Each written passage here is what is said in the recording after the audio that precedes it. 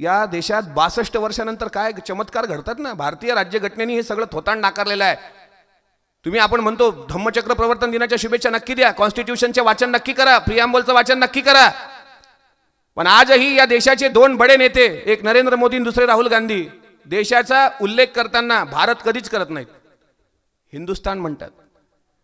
पण 1947 नंतर 1950 ला ज्या दिवशी प्रजासत्ताक दिवस घोषित झाला 26 जानेवारीला, त्या दिवशी या देशाचं नाव इंडिया आहे. Independent nation declare in August. Bharat ही आमची ओळख आहे, हिंदुस्थान ही ओळखच नाही. मग ओवेसी, अकबरुद्दीन ओवेसी सुद्धा भाषणामध्ये उल्लेख काय करतो? हिंदुस्थान.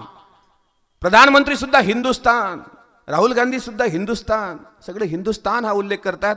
हे घटनेचे मारेकरी नाही तर कोण आहे? नंतर नंबर 2, जर शिक्षण हे वाघिणीचं दूध आहे, तुम्ही सांगितलं तुमच्या तोंडाने, बाबासाहेबांनी त्याला गाईचं दूध म्हटलं नाही. आता सध्या गाईची डिमांड आहे. आता अशी परिस्थिती आहे हो. एक शायर असा म्हणतो, कोई क्या सोचता है मेरे बारे में, ये ख्याल आते ही हम साए से डर लगता है. कोई क्या सोचता है मेरे बारे में, ये ख्याल आते ही हम साए से डर लगता है. एक अलग से खौफ का मंजर है मेरी चारों तरफ, मुझे अब शेर नहीं गाय से डर लगता है. वाघाला घाबरत होतो मी एका काळामध्ये, पण आता वाघाची भीती काही राहिली नाही. त्या गायीवरून अखलाक सारख्याची हत्या केल्या गेली. आमच्या देशाचं संविधान क्रांती दिनाला जाळलं गेलं जंतर मंतरला 9 ऑगस्ट 2018. तुमच्या नागपूरच्या लाखे प्रकाशनच्या शोभा साठेंनी स्वराज्य ते काय सर्व शिक्षा अभियानामध्ये छत्रपती संभाजी राजांची एवढी बदनामी केली आणि तुकाराम महाराजांची सुद्धा तेवढी बदनामी केली. आणि विनोद तावडे आमचे सांस्कृतिक मंत्री, शिक्षण मंत्री, त्यांनी ते पुस्तक प्रकाशित केले, म्हणजे ते पुस्तक सुद्धा अभ्यासाला आणलं. आता माझा प्रश्न आहे की संभाजी भिडे हे नाव धारण करणारे मनोहर कुलकर्णी उर्फ भिडे गुरुजी, संभाजी राजाची विटंबना जर शोभा शशांक साठे नावाच्या लेखिका करत असतील तर कुठली प्रतिक्रिया ते का देत नाहीत? कारण यांचं प्रेम हे संभाजी महाराजांवर नाही, यांचं प्रेम हे शिवाजी महाराजांवर नाही. बाबासाहेब तर लय लांबचा विषय आहे. शिवाजी महाराज आणि संभाजी महाराज यांना फक्त निवडणुकीसाठी वापरायचे असतात, धर्माधर्मामध्ये दंगली भडकवण्यासाठी वापरायचे असतात. आणि ज्यावेळी त्या महापुरुषांचा इतिहास चुकीचा प्रकट केला जातो त्यावेळी मात्र ही लोक कुठंच प्रतिक्रिया देत नाहीत, कुठं प्रतिक्रिया देत नाहीत. म्हणून आज आम्हाला जी गरज आहे ती या विचाराची आहे. 62 वर्ष झालीत या देशामध्ये बाबासाहेब आंबेडकरांनी धम्म दिला, पण आज रेकॉर्डवर माहिती अशी आली, उत्तर प्रदेशमध्ये 25,000 भिक्खू जे प्रशिक्षित आहेत ते टोटल RSSचे केडर बेस कार्यकर्ते आहेत, ज्यांना भिक्खू संघामध्ये फक्त बौद्ध धम्माच्या रासाकरता सोडलेलं आहे. आजची माहिती आहे. आज दुपारी वसंतराव देशपांडे सभागृहामध्ये आम्ही चर्चासत्र ठेवलं होतं 12 ते 4. त्या सुप्रीम कोर्ट दिल्लीचे मंडल साहेब आले होते आणि विषय होता विजयादशमीच्या दिवशी राष्ट्रीय स्वयंसेवक संघ नावाचा RSS नावाची संघटना उघड शस्त्रपूजन करते. वेपन वापरणं कायद्याने गुन्हा आहे. 2 इंचाच्या वर जर चाकू तुमच्या जवळ असला तर पोलीस आर्म ऍक्ट दाखल करतात. मग उघड जर त्या ठिकाणी शस्त्रपूजन होत असेल, याचा वापर कशा करता होतो? दहशतवाद मिरवण्याकरता. कोणाच्या विरुद्ध दहशतवाद? मुसलमानांच्या, दलितांच्या. आणि कोणाच्या मनात पेरताय तुम्ही? सर्वसामान्य आम्हा हिंदू पोरांच्या मनामध्ये. आमची लढाई आता तलवारीची नाही, आमची लढाई आता ढालीची नाही, बॉम्बची नाही, आमची लढाई ही विज्ञानाची लढाई आहे. आमची ओळख बुद्धासोबत झाली नसती तर दहशतवाद माजवणाऱ्यांना आम्ही जिवंत जाळलं असतं, हे लक्षात ठेवा. आमची ओळख फक्त बुद्धासोबत झाली, तो आमचा प्रामाणिकपणा आहे. या बुद्धानी या देशामध्ये गोहत्या बंदी कोणी केली हो? सर्वप्रथम 4 वेद 6 शास्त्रांनी 18 पुराणामध्ये तर गोहत्या सांगितलेली आहे, मधुपर्क सांगितलेला आहे. महात्मा ज्योतिराव फुलेंनी म्हटलेलं आहे अखंडामध्ये, कणकणीच्या गायी ब्राह्मण भक्षिती का रे चिडवता मुसलमाना. दसऱ्याच्या दिवशी सीमोल्लंघन होतो, त्यामध्ये एका कणकीची गाय कापून तिचं पोट कापून सीमोल्लंघन केलं जातं, त्याला सीमोल्लंघन किंवा विजयादशमी म्हणतात. मग गोहत्या ही जर पुराणांमध्ये आहे, 2,500 वर्षापूर्वी भगवान बुद्ध नावाचे महापुरुष महामानव या देशात जन्माला आले, या धर्तीवर त्यांची पावलं पडली, म्हणून त्यांना स्वीकारणारे देश आज प्रगतीवर आहेत. जपान, मलेशिया, थायलंड, श्रीलंका प्रगतीवर आहेत. या देशाच्या निवडणुका EVM वर होत नाहीत, तर या देशाच्या निवडणुका बॅलेटवर होतात. कारण बुद्ध त्यांनी स्वीकारला, त्यांनी विज्ञानवाद स्वीकारला.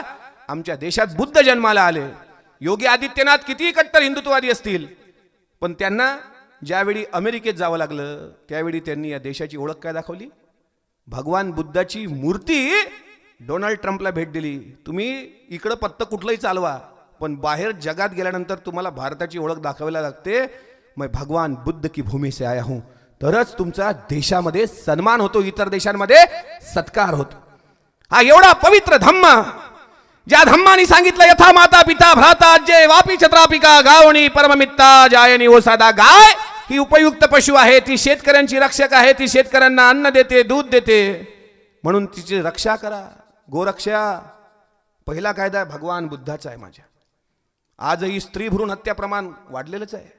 प्रत्येक आजीला वाटतं की माझ्या घरात नातू जन्माला आला पाहिजे. कशा करता? तर तो कुळाचा दिवा असतो. कुळाचं घर असलं तर काही दिवसानं तोच दिवा त्या घराला आग लावतो. म्हणून आजीला वाटतं की माझ्या घरात माझ्या सुनेला पहिलं बाळ म्हणजे मुलगाच झाला पाहिजे. अनेक ठिकाणी सुनेला मुलगी झाली म्हणून तिला जिवंत जाळलं जातं. आणि मुलींबद्दल आजही निगेटिव्ह थिंकिंग आहे, निगेटिव्ह थिंकिंग आहे.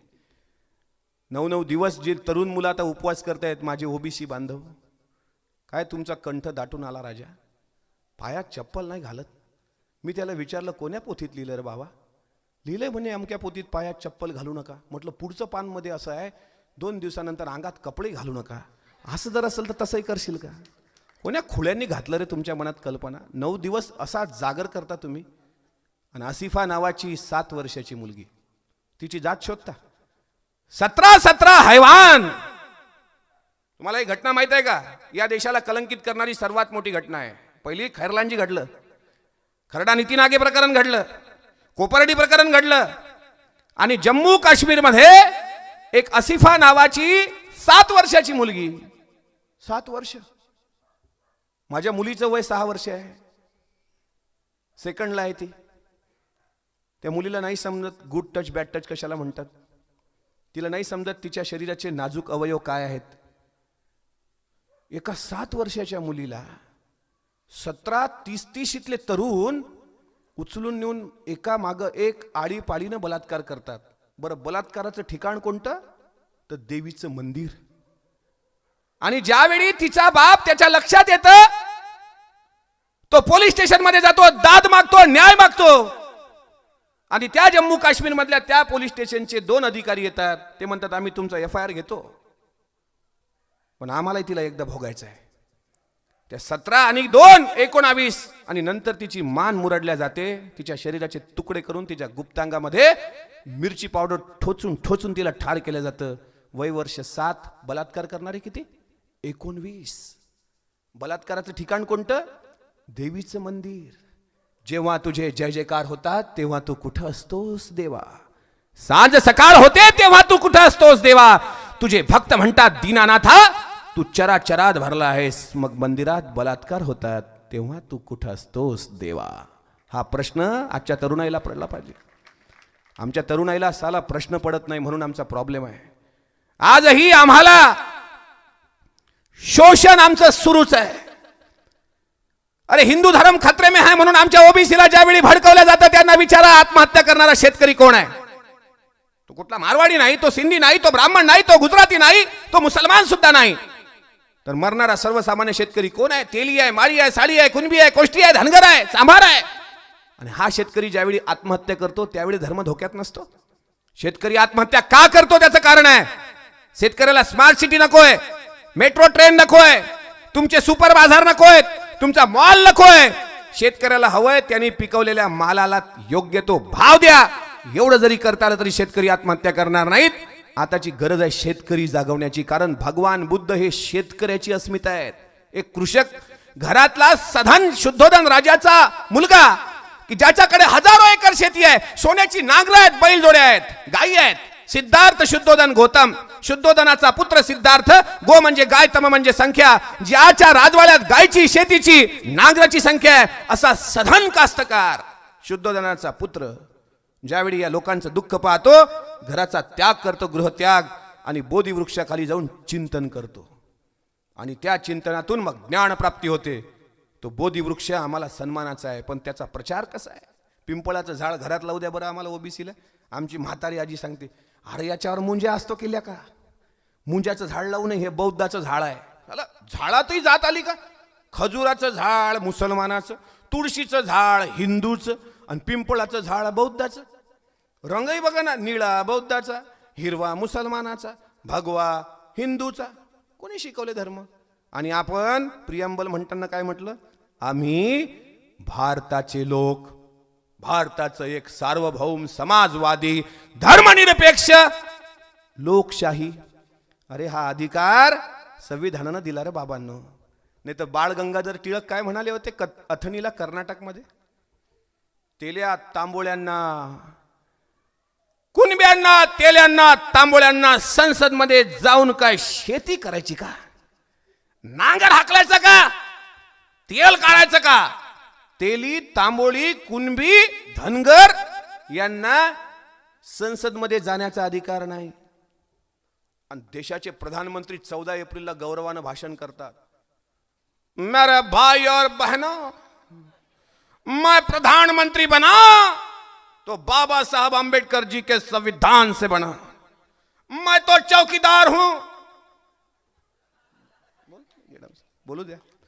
मैं चौकीदार हूं, मैं आपका सेवक हूं मेरे भाई और बहनों.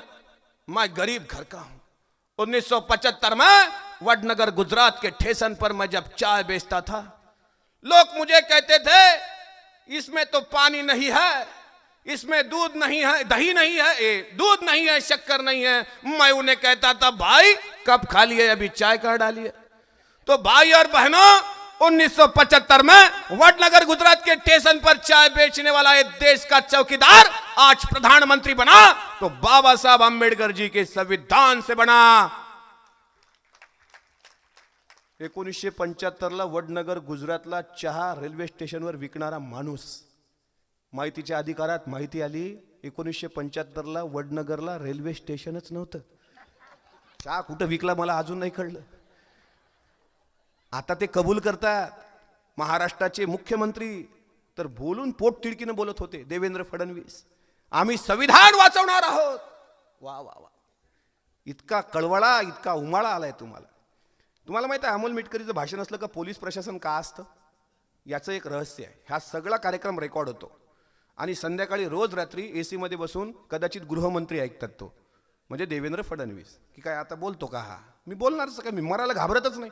घरात बसून सडून मेल्यापेक्षा बाहेर लढून कधी मरणं कधीही चांगलं आहे. पुरुषार्थाचं लक्ष नाही. कशाला सडून मारू?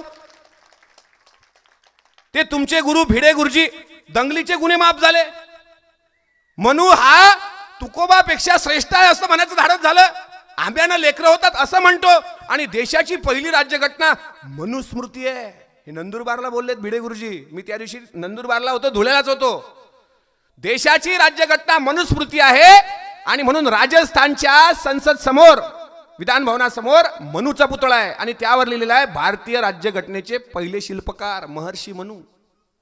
कुठे केला विरोध आम्ही? धम्मचक्र प्रवर्तन दिनाच्या शुभेच्छा, कडक जय भीम, निळा सलाम, नाही का? आणि मोठे मोठे पोस्टर्स, बॅनर्स, अगरबत्त्या. अगरबत्तीचा देव आहे का आपला? अगरबत्ती कशाला? अरे आपण भक्त आहोत का? आपण अनुयायी आहोत. भक्त आणि अनुयायामध्ये फरक असतो. भक्त काय करतो? नारळ घेतो, घंटी वाजवतो, अगरबत्ती लावतो, हात जोडतो, निघून जातो. बुद्ध हे त्याचं प्रतीकच नाही. बुद्ध काय म्हणतात? मी तुमचा मुक्तिदाता नाही, मी तुमचा मोक्षदाता नाही, तर मी तुमचा कोण आहे? मार्गदाता आहे. अनेक ठिकाणी बघा स्त्री भ्रूण हत्या. नवरात्रामध्ये एक आरती म्हटल्या जाते, माझ्याकडे पुस्तक आहे. अश्विन शुक्ल पंचमी अंबाबाई सली सिंहासनी हो, उदो बोला उदो अंबाबाई माऊलीचा हो, उदो काय गर्दती काय महिमा वर्णुतीचा हो. आणि दुसऱ्या कडव्यामध्ये असं आहे, द्वितीयेचे दिवशी मिळती 64 योगिनी हो, सकळामध्ये श्रेष्ठ परशुरामाची जननी हो. परशुरामानी काय केलेलं आहे? रेणुकेचं मस्तक मारलेलं आहे. 3.5 पीठ आहेत या महाराष्ट्रामध्ये. पहिलं कोल्हापूर, दुसरं तुळजापूर, तिसरं माहूर, आणि अर्धपीठ आहे सप्तशृंगी वणी, नाशिक जिल्हा. परशुरामानी आईचं मस्तक मारलं त्या रेणुकेचं, म्हणून त्या माहूरला फक्त रेणुकेचा चेहरा तेवढा दिसतो. त्या परशुरामाचं उदात्तीकरण रामदास स्वामींनी केलेलं आहे. आणि शेवटी असं म्हटलेलं आहे की 9 दिवस जर उपवास केल्यानंतर पारणं फेडायचं असेल तर त्याचा विधी करायचा असेल तर आचार्य ब्राह्मणा तृप्त केले त्वा कृपे करुनी हो. मेळघाटातल्या गोरगरीब लेकराला जर 1-1 लिटर दुधाचे पाकिट पाठवले, मी नाही जात कुठं, पण मला माहित आहे माझ्या घराच्या आजूबाजूला जर 2 गरीब स्त्रिया राहत असतील तर त्यांना मी का पातळ देऊ नये? त्यांना मी पातळ देणं हा गाडगे बाबांचा रोकडा धर्म समजतो. आणि तुम्ही ज्यांच्या पोटाचे घेर वाढलेले आहेत की चिमटा काढला का लाल रक्त होतं, असे घेर वाढणाऱ्या लोकांसाठी तुम्ही अंतःकरणातून तृप्त होता. तुम्ही परशुरामाचं उदात्तीकरण करता. धर्म खतरे में है त्यावेळी तुम्ही राम मिरवता पण मंदिर बांधता परशुरामाचं.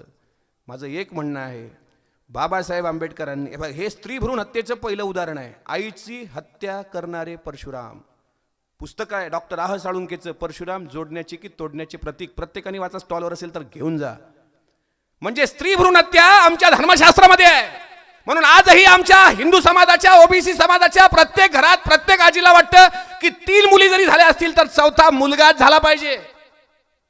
मुली नकोत, पण मुलीचं स्वागत पहिल्यांदा कोणी केलं या देशात? जेतवन, श्रावस्तीच्या जेतवनामध्ये तथागताचा शिष्य आनंद आलेला आहे. आनंद खिन्न बसलेला आहे.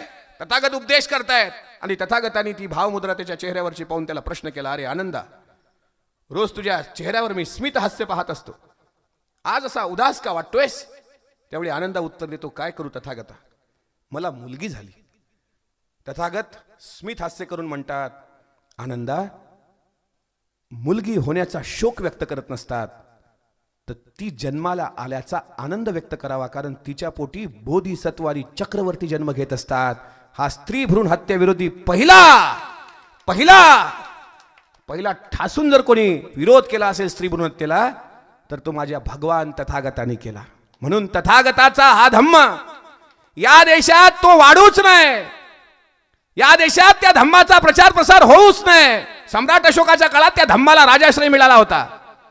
आज मी ते म्हणतो, मी 2 उदाहरणं दिलेत. एक देशाच्या प्रधानमंत्र्याचं, जे म्हणतात मैं प्रधानमंत्री बना तो संविधान की वजह से. महाराष्ट्राच्या मुख्यमंत्र्याचं, ते म्हणतात की आम्ही संविधान वाचवणार आहोत.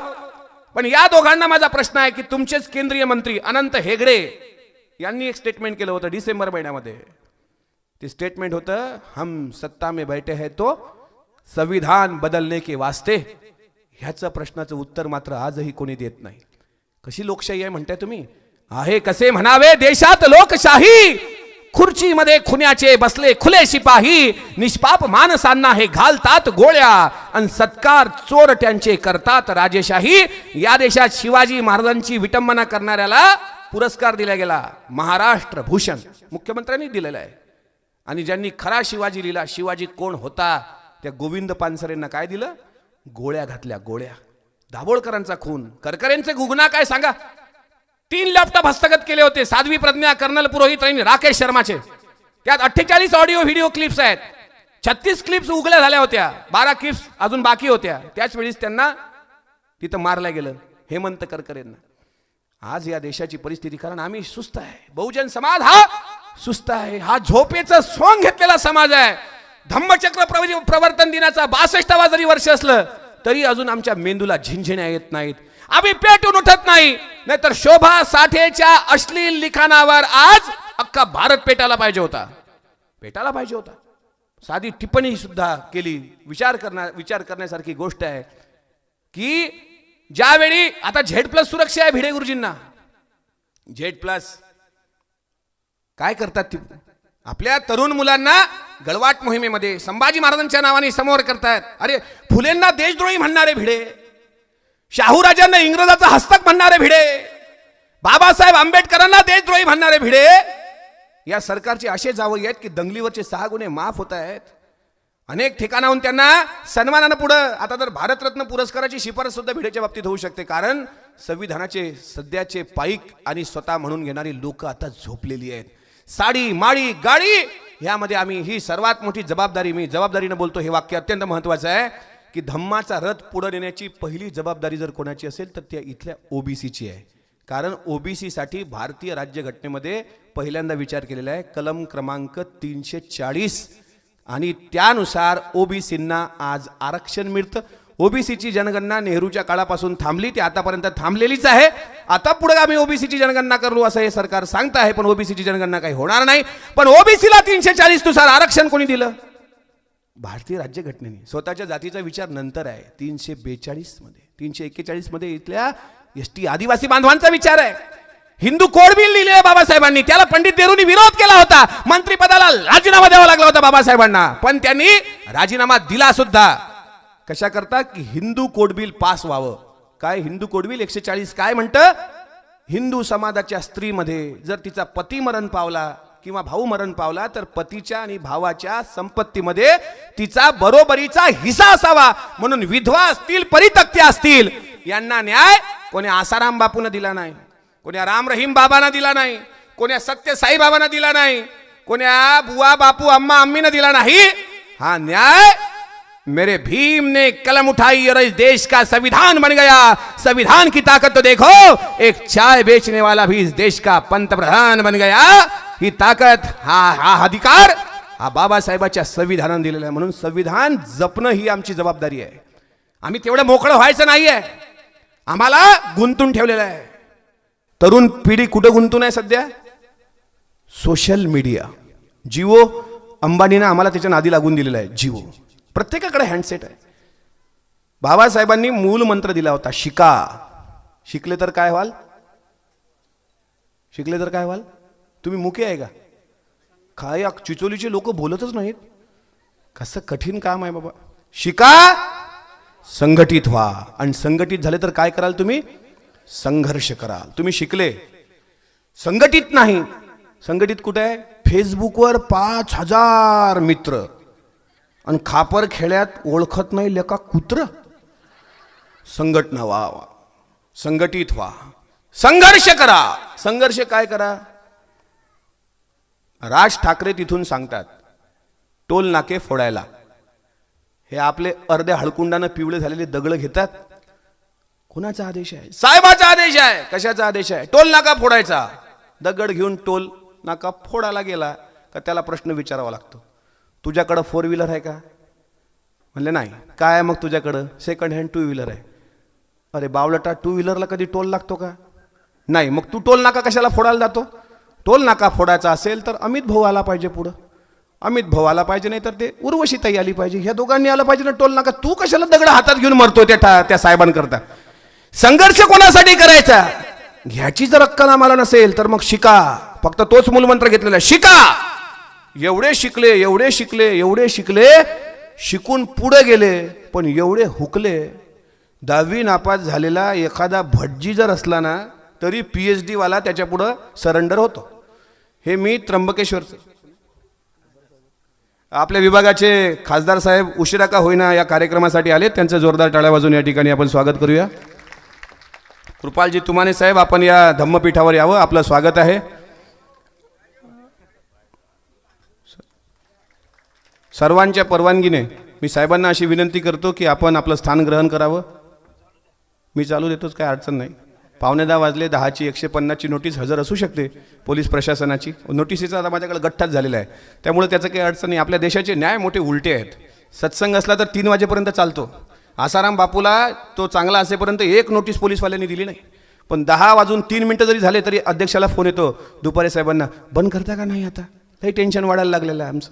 पोलीस प्रशासनावरचं ताण जर कोणी कमी करत असेल तर फुले शाहू आंबेडकरांचा विचार पोहोचवणारी लोकच तो ताण कमी करू शकतात. कारण आम्ही संघटना जोडणारी माणसं आहोत, सर्व जातींना एकत्र करणारी माणसं आहोत, सर्व समाजाला एकत्र करणारी माणसं आहोत. आणि आम्हाला त्याचा उद्देश आमचा एकच आहे. आमचा उद्देश काय?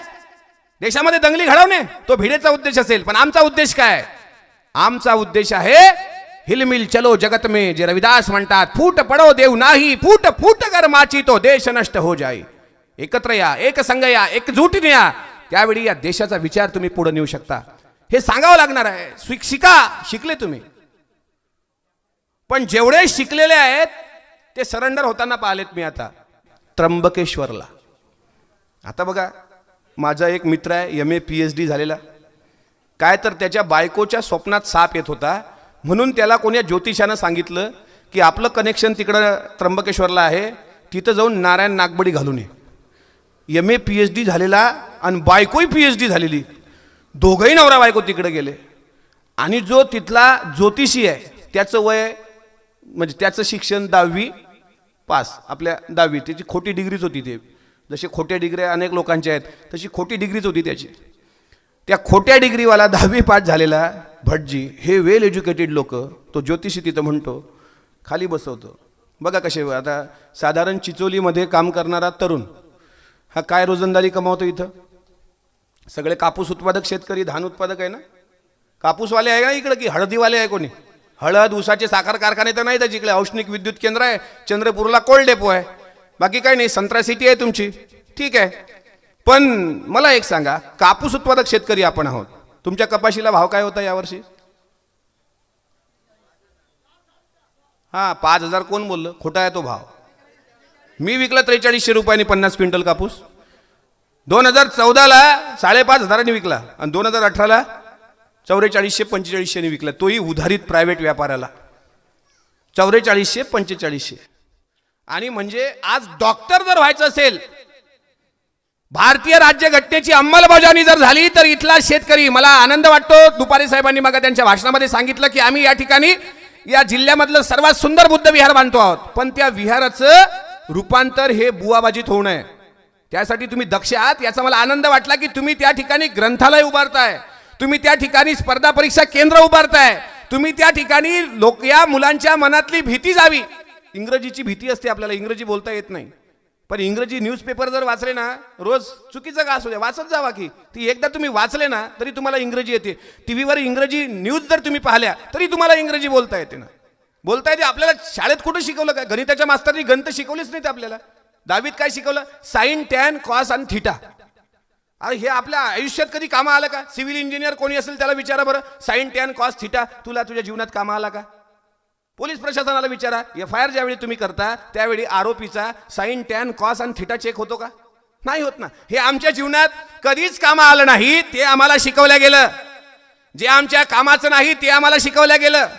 गवताचा ग आम्हाला शेतकऱ्याचा कधी सांगितलाच नाही, भटजीचा भ शिकवला.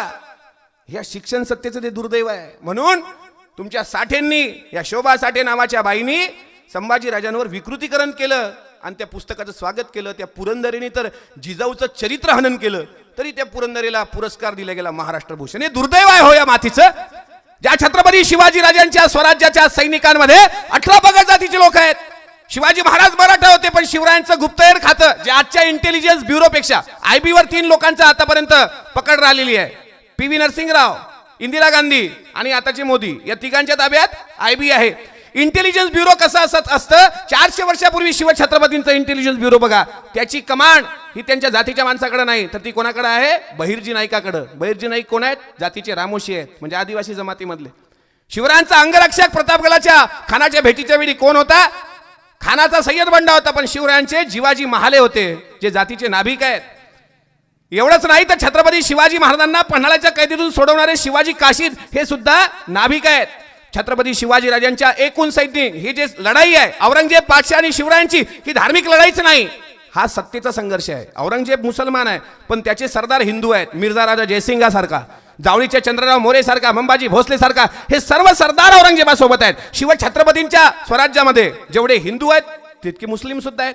तोपखान्याचा प्रमुख दर्या सारंग मुसलमान आहे, अरमानाचा प्रमुख सिद्दी इब्राहिम मुसलमान आहे, शिवाजी महाराजांचा सरनोबत नूरखान बेग मुसलमान आहे, त्यांचा पहिलं चित्र रेखाटणारा मीर मोहम्मद मुसलमान आहे, त्यांचे वकील काझी हैदर मुसलमान आहेत, वाघनखं बनवून देणारा रुस्तमे जमान मुसलमान आहे, अफजल खानाचं संकट चालून आलं हे सांगणारा मुफ्तमे जमान मुसलमान आहे. छत्रपती शिवाजी राजांच्या सैनिकांमध्ये मदारी मेहतर हा अत्यंत विश्वासातला महाराजांसोबत आग्र्याला आहे. शिवाजी राजांचे गुरु सुफी संत याकूत बाबा आणि पाटगावचे मौनी बाबा हे मुसलमान आहेत. छत्रपती शिवाजी राजांच्या सैन्यात 750 पठाण जे आले ते सर्व मुसलमान आहेत. शिवाजी राजांना कोण्या मुसलमानांनी त्रास दिला नाही, शिवस्मारकाला कोण्या मुसलमानाने विरोध केला नाही, शिवाजी महाराजांच्या राज्याभिषेकालाही कोण्या मुस्लिमांनी विरोध केला नाही, त्यांच्यावर तलवारही कोण्या मुस्लिमांनी चालवली नाही. पण शिवाजी राजांच्या हाती तलवार देऊन एक दहशतवादाचं प्रतीक मिरवण्याचं पाप या महाराष्ट्राच्या सारस्वतांनी केलं, लेखकांनी केलं. शिवाजी महाराजांचा इतिहास विकृत केला. बाबासाहेब आंबेडकर हे इतिहासाचे सुद्धा अभ्यासक होते. त्यांच्या मनात आलं असतं तर परळच्या डबक चाळीमध्ये 51 आणि 52 नंबरच्या बाबासाहेबांच्या 2 खोल्या आहेत, ज्या मी पाहून आलो, जिथं शाहू महाराज पहिल्यांदा बाबासाहेबांना भेटायला आले होते. त्या खोलीत किंवा बाबासाहेबांना मुंबईला किंवा पुण्याला मनुस्मृती जाळता आली असती. मनुस्मृतीचं दहन कुठं केलेलं आहे? महाडला. आणि महाड कुठं आहे? रायगडच्या पायथ्याशी. महाडला दहन करण्यापूर्वी शिवाजी महाराजांना अभिवादन करायला बाबासाहेब कुठे गेले होते? रायगडावर. तिथं 2 दिवस मुक्काम केला. त्या ठिकाणी त्यांच्यावर हल्ला सुद्धा झाला. सिंहगडावर गेले त्यावेळी सुद्धा हल्ला झाला. आणि 1927ला चौदार तळ्याच्या सत्याग्रहाच्या वेळी सुद्धा हल्लेकरू आले होते. त्यावेळी त्यांनी गर्जना केली होती, जय भवानी जय शिवाजी. हा नारा सुद्धा कुठल्या राजकीय पक्षाचा नाही. या नाऱ्याचे जनक बाबासाहेब आहेत. आता हे ज्यावेळी मी सांगतो त्यावेळी कार्यक्रमानंतर काही लोक भेटतात, ते तर का हो तुम्ही 2-2 मुद्दे कसे काय सांगता? बाबासाहेबांनी ज्या 22 प्रतिज्ञा दिल्या त्यामध्ये कुठं देवाचा उल्लेख नाही, आणि जय भवानी जय शिवाजी हा नारा मग हे कसं? हा नारा 1927ला आहे. धर्मांतराची घोषणा 1935ची आहे आणि धम्माची दीक्षा 1936 घोषणा 1935ची आहे आणि धम्माची दीक्षा 1956ची आहे. हा नारा देण्यामागचं कारण सुद्धा आहे की जे कर्मठ जातीयवादी लोक होते ते हल्ला करणार होते आणि तो हल्ला आपल्यावर होऊ नये त्याचं सुरक्षा कवच म्हणून बाबासाहेबांनी त्या पद्धतीनं त्या काळाची जाणीव ठेवून, ह्याचा उल्लेख आहे, प्रबोधनकार ठाकरेंनी उल्लेख केलेला आहे त्यांच्या अनेक पुस्तकांमध्ये. म्हणून आम्ही जो लढा आहे, सत्ता संघर्ष जो आहे, हा धार्मिकच नाही शिवरायांचा, पण यांनी मिळवलंय आमच्यामध्ये. आमच्या तरुण मुलांना याला नादाला लावायचं आहे. सोशल मीडियाच्या माध्यमातून आमच्या तरुण मुलांना आता एवढं बिझी करून टाकलं. फेसबुकवर 5000 मित्र, पण त्याला काही ओळखत नाही कुत्र. त्याला रक्तकाम, त्याचे प्लेटनेट कमी होऊ द्या तुम्ही. प्लेटनेट जर कमी झाले तर त्याला रक्त द्यायला त्या फेसबुकमधला एक तरी येतो का बघा बरं. त्याची जी फ्रेंड लिस्ट आहे ती येतच नाही, कारण आमची संघटना नाही ना. संघटना कोणाकोणाची आहेत लक्षात घ्या. संघटना ज्यांच्या आहेत ते जिवंत आहेत. हे बघा, कुत्र्याचं संघटन आहे, कुत्रे आहेत का नाही? माकडाचं संघटन आहे, माकडं आहेत. हरणाचं संघटन आहे, हरण आहेत. दलालाचं संघटन आहे, दलाल एकत्र येतात. व्यापारी त्यांचं संघटन आहे. हिजडे त्यांचे संघटन आहे.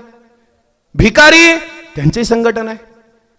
आणि सज्जन माणसाचं संघटन नाही. कुत्र्याची संख्या वाढण्यामागचं कारण वाघाची संख्या कमी झाली. वाघ आता राहिलेच नाहीत, आता सगळे कागदी वाघ आहेत. शिक्षणाचं दूध पिणारा गुरगुरेल हे बाबासाहेबांनी म्हटलं, पण आता अमूल दूध पित आहे इंडिया. आता पतंजली सुद्धा दूध आलं. प्रत्येकाच्या घरात रामदेव बाबा घुसला. आम्ही मोठ्या प्रयत्नाने आसाराम बापू काढला. आता रामपाल बाबावर सुद्धा आरोप जाहीर होऊन काही दिवसात त्याला जन्मठेपेची शिक्षा होणार, म्हणजे 302चा आरोपी आहे बाबा तो रामपाल, आसाराम. आता तरी 3रा घुसलाच आपल्या घरात, रामदेव बाबा. मला सांगा, प्रत्येकाच्या घरात एक तरी पतंजलीचं प्रोडक्ट आहे.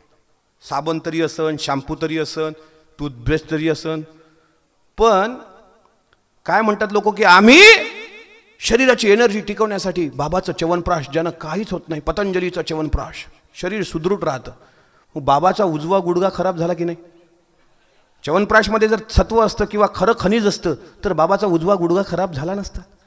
बाबाचं एक प्रोडक्ट दुसरं असं आहे, नेत्रबिंदू म्हणून एक डोळ्यात टाकण्याचा ड्रॉप येतो 20 रुपयाचा. तो नेत्रबिंदूचा ड्रॉप सुद्धा आहे. पण बाबाचा उजवा डोळा फळफळ करतो की नाही? तुम्हाला प्रश्न पडतात की नाही हो? प्रश्न पडले पाहिजे हो. मग नागपूरमध्ये, मला माफ करा, मला कोणाला राग नका येऊ दे, पण मी जे आहे ते वस्तुस्थिती बोलतो. मी, माझा एक चांगला मित्र आहे, एक शिवसेनेचा मित्र आहे माझा, तो मला भेटला. पण तो भेटला ना, मला त्याच्या पायात काही चप्पल दिसली नाही. म्हटलं का रे चप्पल? म्हणे मला उपवास आहे. म्हटलं मग काल काय हो, संध्याकाळी उपवास सोडतो तर काय मटण बिटन खात असतं का नाही? हे म्हणले पागल येडा आहे का तू, उपवासात कोणी मटण खात असतं का? म्हणले मटणाचं नाव घेणं सुद्धा पाप आहे. मांस मच्छी पाप आहे म्हण. मी त्याला प्रश्न, हे बघा मला प्रश्न पडतात, त्याचं मी समाधान विचारतो लोकांना, त्याचं उत्तर देत नाहीत. मग मला लोक म्हणतात हा बदमाश आहे, हा काही बोलत राहतो. मी शनी शिंगणापूरला गेल्यानंतर ज्यावेळी मला तिथले लोक म्हणतात, बघा आमच्या गावात देवाला मंदिर नाही आणि घराला दार नाही. खरंच आहे, देवाला मंदिर नाही, घराला दार नाही. मी अख्खं शनी शिंगणापूर फिरलो, एकाही घराला दार नाही आणि देवाला मंदिर सुद्धा नाही. पण दानपेटीला कुलूप कसं काय? प्रश्न साधा आहे ना. याचं उत्तर मला पाहिजे असतं. मटणाचं नाव काढणं जर गुन्हा आहे, मला सांगा सिंह किंवा वाघ हे दोन प्राणी हे शाकाहारी आहेत की मांसाहारी? मग 9 दिवस जर फक्त तुम्ही नैवेद्य पोळीचा आणि भाताचा आणि वरणाचा दाखवत असले, सिंह उपाशी राहील की जेवणार आहे? शेर कभी रोटी नहीं खाता, ये तो बात बराबर है. हे बरोबर आहे की नाही? वाघ कधी पोळी खातो का? कधीच खात नाही. मग वाघाला जर तुम्ही उपाशी ठेवत असलात, आता माझ्या ड्रायव्हरला तुम्ही 7 दिवस उपाशी ठेवता, तुमच्या घरी बोलावता बसवता, मलाच खाऊ घालता, पण माझा ड्रायव्हर नॉन व्हेजिटेरियन आहे, तो जर तुम्ही उपाशी ठेवत असाल तर मी तुमच्यावर प्रसन्न होईल का? तुम्हाला कोपेल मी? प्रश्न साधा आहे. बुद्धांनी चिकित्सा केली म्हणून मी धर्माची चिकित्सा करतो, मी केली पाहिजे, कारण हा चिकित्सा करण्याचा अधिकार मला राज्यघटनेने दिलेला आहे. म्हणून मी म्हणतो की माझा देव हा माझ्या जिवंत बापात आहे, माझा देव हा माझ्या आईमध्ये आहे. माझी आई, माझे वडील हे सर्वात मोठी दैवत आहेत माझी. त्याला मानणाऱ्यांनी सच काम किया जग में जिसने उसने प्रभु नाम लिया न लिया अपने मन को बस में हो किया वो चारों धाम गया न गया. हे राष्ट्रसंताचं भजन आहे. म्हणून कोणी कोणाच्या, प्रत्येकाला धर्माचे अधिकार सुद्धा दिलेले आहेत, पण धर्माच्या नावाखाली जर मंदिरात बलात्कार होत असतील तर त्याचा विरोध झालाच पाहिजे. धर्माच्या नावाखाली आसाराम बापूंनी सुद्धा महिलांचं लैंगिक शोषण केलं, म्हणून आसाराम सुद्धा हा धर्मद्वेष्टा आहे. धर्माच्या नावाखाली आमच्या मुलांच्या हाती तलवारी देण्याचं पाप इथला राष्ट्रीय स्वयंसेवक संघाच्या सरसंघ संचालकांनी उग्र शस्त्रपूजन जर विजयादशमीला चालवलं असेल तर आमचा प्रश्न आहे त्यांना की कोण्या ऍक्ट नुसार तुमच्याकडे याचा कुठला पुरावा नाही, तुमच्याकडे अधिकृत रजिस्ट्रेशन नाही, तरी तुम्ही उग्र शस्त्रपूजन करून या देशात जर दहशत मिटवत असाल, जागोजागी FIR झाले पाहिजे की RSSच्या उग्र शस्त्रबंदीला आमचा हा विरोध आहे, कारण तो भारतीय संविधानाचा अपमान आहे, तो बाबासाहेबांचा अपमान आहे, तो या देशाचा अपमान आहे. पण असं जर बोललो का लोक म्हणतात काय तुम्ही जहाल बोलता, तुम्ही घाबरत नाही का? बरं घाबरू कशाला? मला काही कोणाच्या पाय चाटून काही घ्यायचं नाही आहे. घाबरू कशाला? माझे महापुरुष, अरे शाहू राजांवर 2दा बॉम्ब टाकण्याचा प्रयत्न झाला, शिवाजी महाराजांवर 2दा हल्ले झाले, संभाजी राजांची तर हत्या केल्या गेली, ज्योतिराव फुलेंवर मारेकरी पाठवले होते ना, नामदेव धोंडीबा कुंभार गेला होता ना तलवार घेऊन ज्योतिरावाचा कत्ल करायला. ज्योतिराव विचारतात का रे मारतोस मला, माझी चूक काय? तर तू मुलीला शिकवतोस, माझ्या लेकराला शिकवतोस, आणि धर्मात हे पाप आहे. ते म्हणतात जर हे पाप असेल तर मी पाप केलंय, मला मार. म्हणून ज्योतिराव, मग त्यांच्यावर जर हल्ले झाले, आमचा दाभोळकर होऊ शकतो, पण तुमचा सुद्धा कृष्णा भास्कर कुलकर्णी होऊ शकतो, हेही लक्षात ठेवा, कारण हा छत्रपती शिवाजी महाराजांचा छावा आहे. हा मी सांगण्याचा प्रयत्न तेच करतोय की मला जर माझ्या मुलीला डॉक्टर करायचं असेल सध्या, तर डॉक्टर व्हायला आज रोजी 4.5 कोटी रुपये फी आहे 3 वर्षाची. आता बजेट बघा, 4.5 कोटी रुपये फीज 3 वर्षाला, चांगलं MBBSचं शिक्षण घ्यायला. माझी मुलगी डॉक्टर झाली, आली परत माझ्या गावाला नागपूरला, तिला चांगल्या ठिकाणी हॉस्पिटल उघडायचं आहे, सुपर स्पेशालिटी हॉस्पिटल. तर त्या हॉस्पिटलची जागा नागपुरात आज 2 कोटी रुपयात मला घ्यावी लागेल, म्हणजे एकूण झाले 6.5 कोटी. 2 कोटीचं हॉस्पिटल बांधावं लागेल, 8.5 कोटी.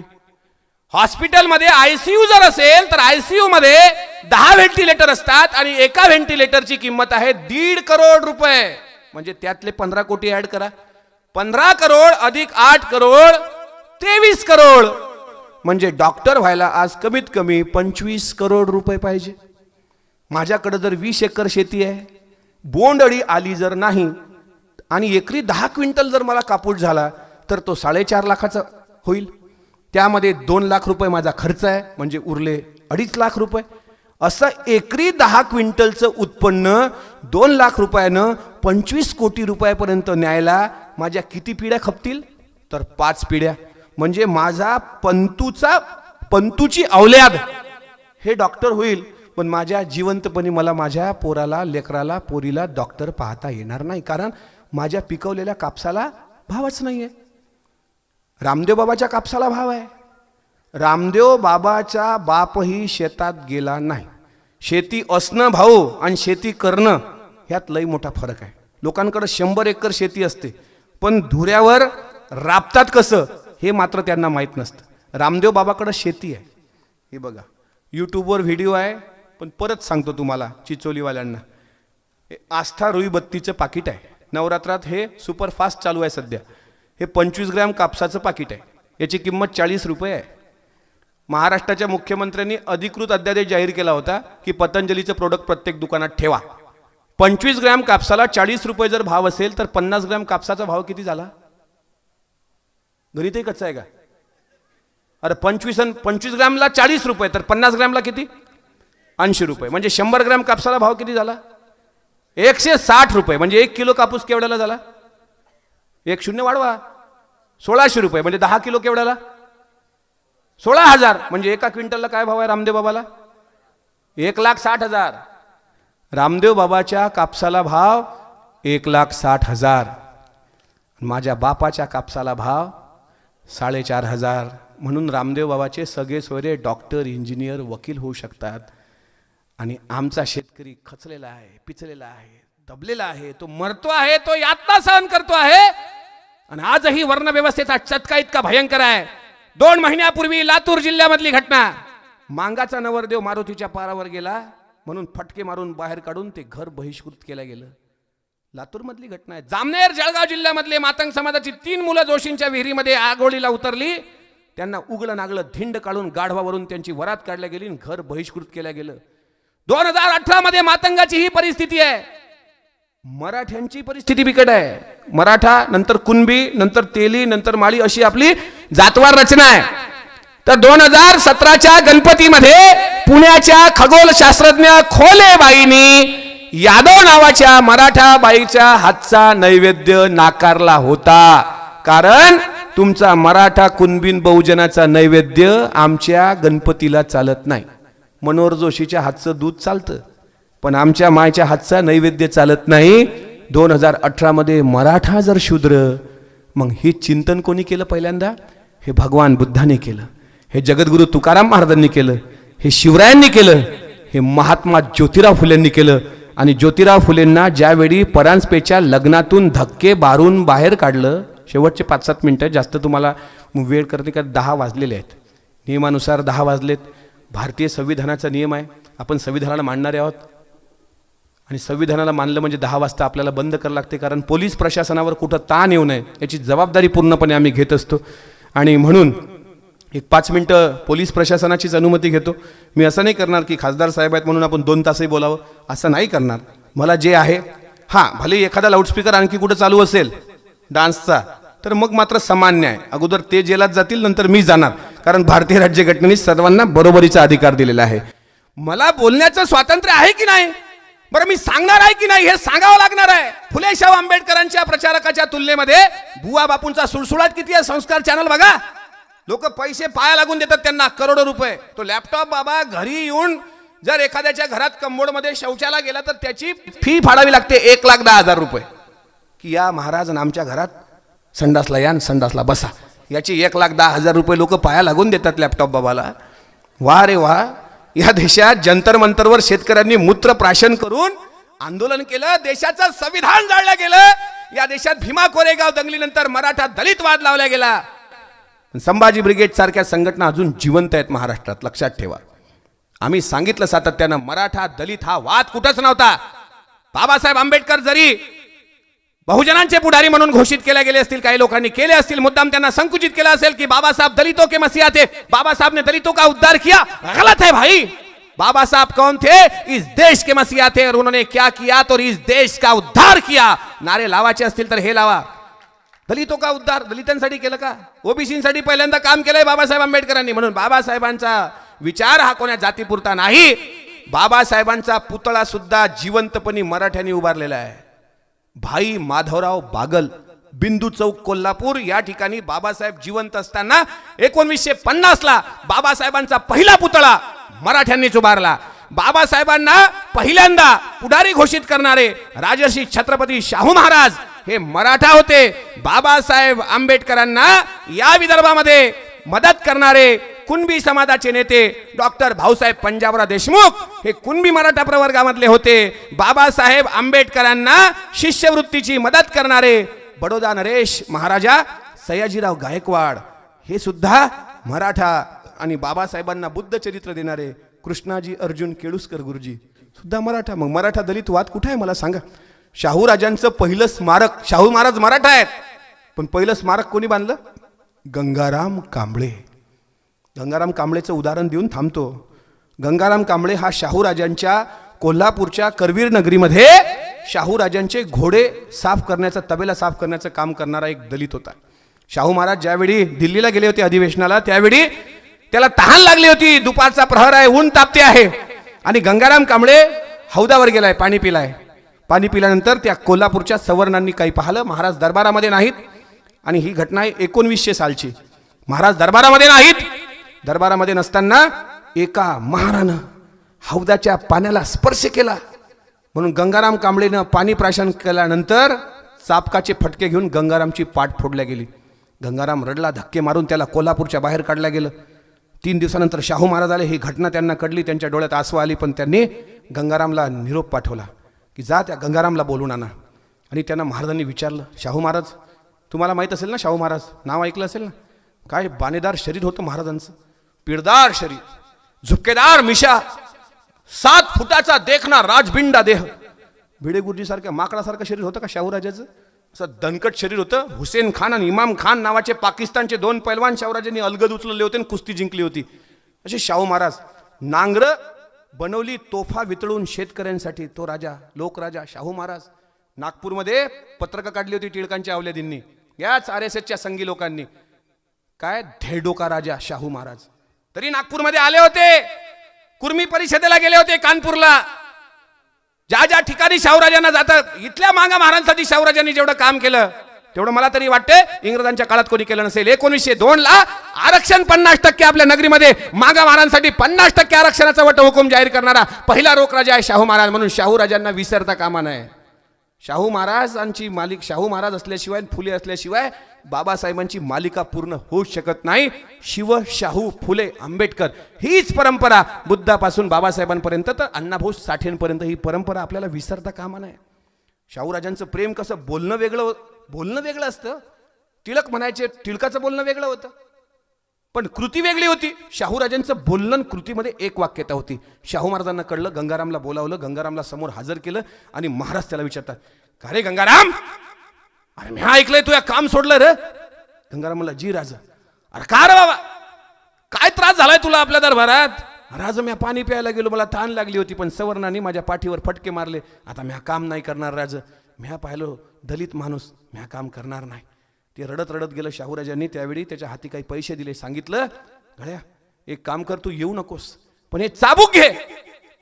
राजाचा आदेश आहे, ज्यांनी तुझ्या पाठीवर फटके मारलेत ना, त्यांच्या पाठीवर तुला फटके मारायचे आहेत.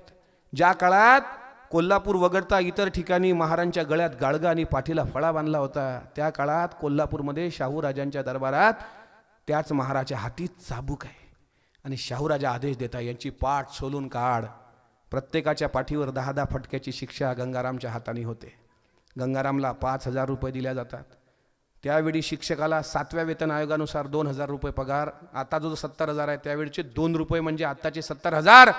त्यावेळी 5,000 रुपये देऊन या देशात पहिलं दलिताचं हॉटेल निघालं. 1901 ची घटना.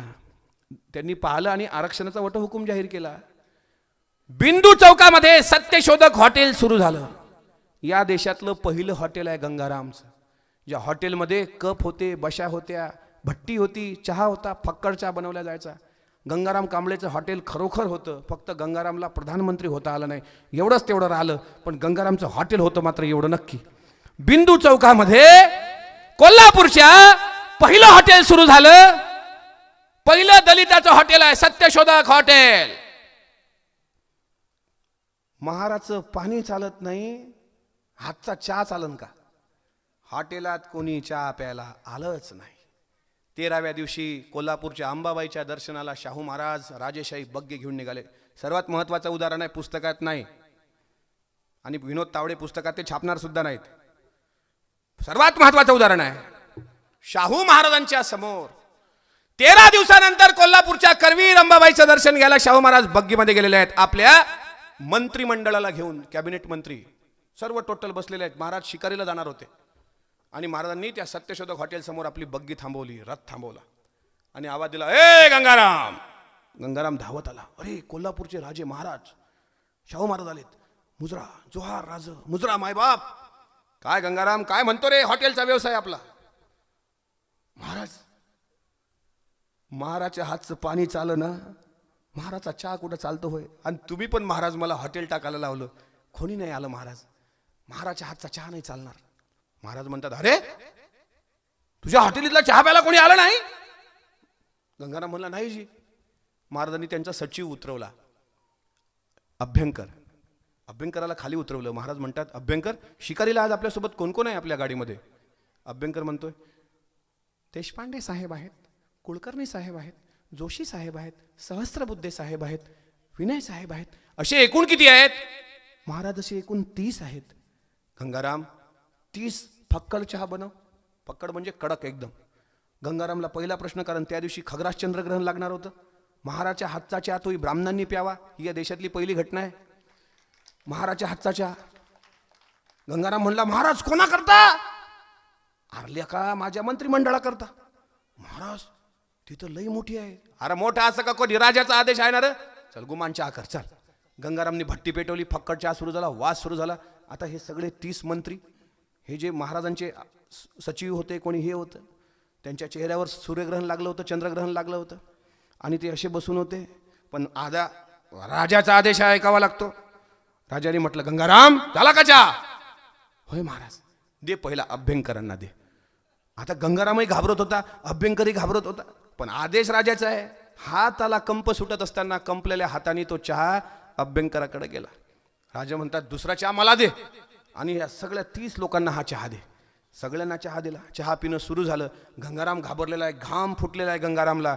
शाहू महाराज पाहतात अभ्यंकरांकडं आणि अभ्यंकरांना प्रश्न विचारतायत, अभ्यंकर, माझ्या गंगारामच्या हातच्या चहाला चव कशी आहे?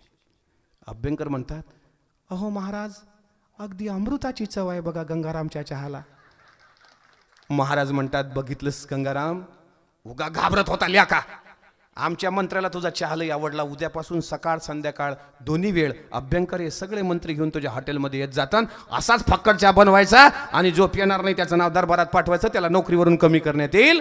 बोलणं आणि कृतीमध्ये एक असणारा राजा राजर्षी छत्रपती शाहू महाराज. अरे ज्यावेळी मॅट्रिकची परीक्षा दलित विद्यार्थी उत्तीर्ण झाला, हा पहिला आनंद, हा सर्वात मोठा आनंद, हा जर या देशात कोणाला झाला होता तर तो माझ्या शाहू राजांना. कोल्हापूरवरून आले होते परळला भेटायला. भीमराव रामजी आंबेडकर नावाचा विद्यार्थी कुठे राहतोय, स्वतः गेले त्या ठिकाणी आणि सत्काराला त्यांना निमंत्रण दिलं. तुम्ही भीमराव रामजी आंबेडकर? असे नम्रतेने उभे आहेत त्या रूममध्ये. रूमच्या समोर 51 नंबरची चाळ, तुम्ही परळला गेलं तर कधी ती चाळ अवश्य बघा. 51-52 नंबरमध्ये त्या ठिकाणी शाहू महाराज उभे आहेत. पहिली भेट आहे बाबासाहेबांची, ज्या ठिकाणी ऐतिहासिक स्मारक व्हायला पाहिजे, पण आजही त्या ठिकाणी काहीच नाही. हे या महाराष्ट्राचं दुर्दैव आहे. शाहू महाराज उभे आहेत. मॅट्रिकची परीक्षा देणारे बाबासाहेब तिथे बसून आहेत, अभ्यास करतायत, पाहतायत राजविंड शरीर घेऊन कोल्हापूरचा राजा आलाय माझ्या दरबारामध्ये. हात जोडून बाबासाहेब म्हणतायत, महाराज आपण तर राजे आहात. शाहू महाराजांनी माझ्या दलिताच्या या घरात कसं येणं केलं? आपण राजे आहात महाराज. आपण आदेश द्यायचा असतो राजाने रयतेला, रयतेनं राजाकडे जायचं असतं, राजानं रयतेकडे यायचं नसतं. तुम्ही राजे आहात. शाहू महाराज म्हणतात, भीमरावजी, आम्ही राजे तो परंपरेचे, पण तुम्ही राजे तो विद्वत्तेचे, म्हणून भेटायला आलोय. शाहू महाराजांनी तसंच बाबासाहेबांना घेऊन सोनतळी कॅम्पवर नेलं. तिथं जरी पटका घातला, बाबासाहेबांचा सत्कार केला आणि कोल्हापुरी फेटा, जो पुढं कधी दिसतो माहीत आहे? लंडनमधून बाबासाहेब बारॅटलॉ होऊन ज्यावेळी भारतात आले जहाजेनं, त्यावेळी सर्व मोठे लोक त्यांचं स्वागत करायला होते. रमाई तिथं गेली होती, पण एका झाडाच्या मागं जाऊन तिनं विचार केला, माझ्या अंगात साडी फाटलेली आहे, साहेबाला लोक फुलाचे गुच्छ घेऊन आलेत आणि एवढ्या श्रीमंत लोकांमध्ये मी कशी जाऊ? साडीला पैसे नाहीत माझ्याकडं. तिला आठवलं की संदूकमध्ये शाहूराजाने दिलेला जरी पटका आहे. ती माऊली तशीच गेली, तो जरी पटका पांघरला, डोक्यावर पदर घेतला आणि बाबासाहेबांच्या समोर येऊन रमाई म्हणते, साहेब ओळखलं का, मी तुमची रामू आहे. रमाई, एवढे संकट या जगात कोण्या स्त्रीवर आले नाहीत. तुमच्यावर जर एक साधं घरातलं कुत्रं मेलं, श्रीदेवी मेली तर लोक रडले ना आपल्याकडचे, असे रडले जशी त्यांची माय मेली होती. श्रीदेवी मेली तर, एक कुत्रं मेलं तर आपण रडतो. रमाईची 4 लेकरं गेली रे, गंगाधर, इंदू, रमेश आणि शेवटचा गोरा राजरत्न. एकच जगला, यशवंत. यशवंत नाव का ठेवलं होतं पहिल्या अपत्याचं माहीत आहे तुम्हाला? कारण शाहूराजांचं कागल घराण्याचं घाटगे घराण्याचं मूळ नाव यशवंत आणि ज्योतिराव फुलेंनी काशीबाईचा दत्तक घेतलेला मुलगा यशवंत, म्हणून यशवंत यशवंत टू यशवंत अशी ती परंपरा आहे. बोलण्यासारखे मुद्दे खूप आहेत. सन्मान्य खासदार साहेब सुद्धा या धम्मपीठावर आलेले आहेत. उशिरा का होईना आपण या कार्यक्रमाला सर्वजण बसलात.